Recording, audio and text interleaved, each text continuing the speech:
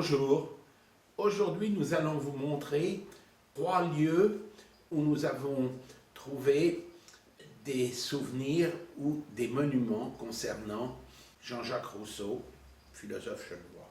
Il s'agit de l'île Rousseau à Genève, de l'île Saint-Pierre dans le lac de Bienne et sa maison natale à la rue de Coutances à Genève. Ce que nous aimerions également préciser, c'est que nous avons estimé que Jean-Jacques Rousseau est un biosensible, c'est-à-dire qu'il est sensible à toute forme de vie. D'ailleurs, pour lui-même, l'homme est bon. Alors, effectivement, ça prouve bien sa façon de penser et de voir les choses d'une manière très positive. Donc, on vous a offert cette longue balade sur l'île Saint-Pierre, un peu filmée un peu à la Isidore Isou, ça vous fera plaisir. C'est nouveau, c'est moderne, ça va vite, donc ne soyez pas vexés de cette situation. C'est comme ça que nous l'avons pensé, parce que nous sommes dans un monde où tout va vite. Rousseau est un biosensible parce qu'il aimait tout ce qui était de la nature, c'est-à-dire aussi bien les animaux que les plantes, les pierres, l'eau, le feu, tout pour lui était des choses qui valaient la peine d'être regardées, et d'être admirées et d'être senties surtout.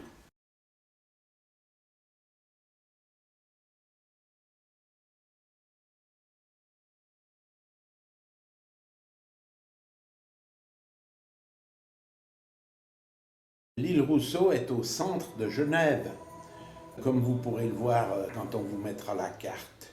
L'autre chose qui est intéressante, c'est aussi de constater que c'était bien la place de Rousseau d'être au centre de Genève, parce que c'est un personnage éminent de Genève, comme l'a été d'ailleurs avant lui Calvin, mais c'est un tout grand personnage, il est très bien placé. Avant, l'île Rousseau s'appelait l'île aux Barques. C'est un ancien bastion de la force de résistance de Genève au milieu du Rhône qui permet la défense de la ville.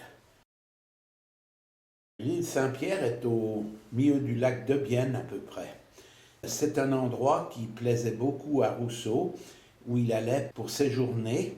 Et naturellement, sur cette île, il a écrit une rêverie qui se trouve enregistrée comme 5e rêverie du promeneur solitaire. Je vais d'ailleurs vous lire deux passages de cette rêverie. De toutes les habitations où j'ai demeuré, j'en ai eu de charmantes, aucune ne m'a rendu si véritablement heureux et ne m'a laissé de si tendres regrets que l'île Saint-Pierre. Il m'eût suffi durant toute mon existence, sans laisser naître un seul instant dans mon âme le désir d'un autre état. Vous voyez à quel point il aimait aller à cet endroit.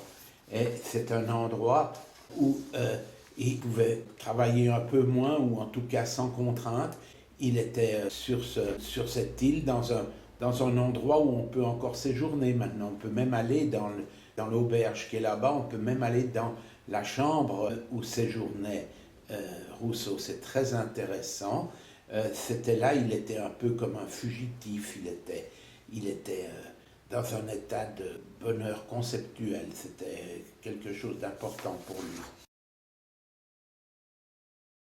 Voilà encore une autre partie de cette rêverie du promeneur solitaire quand il était sur l'île Saint-Pierre. Quand le soir approchait, je descendais des cimes de l'île, c'est là où se trouve d'ailleurs la petite auberge, et j'allais volontiers m'asseoir au bord du lac, sur la grève, dans quelques asiles cachés.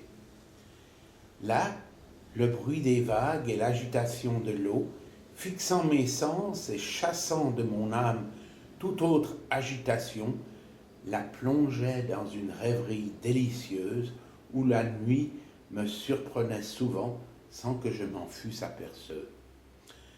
Le flux et le reflux de cette eau, Son bruit continu mais renflé par intervalles, frappant sans relâche mon oreille et mes yeux, suppléait au mouvement interne que la rêverie éteignait en moi et suffisait pour me faire sentir avec plaisir mon existence sans prendre la peine de penser.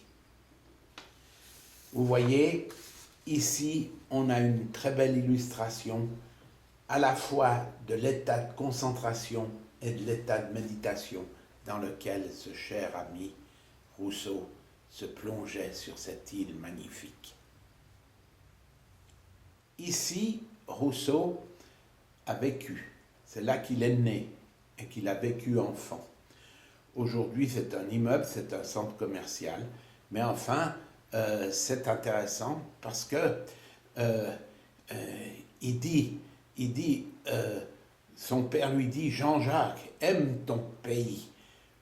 Et en fait, ce pays, c'était Genève, parce qu'à l'époque, ni la France, ni la Suisse étaient sur Genève.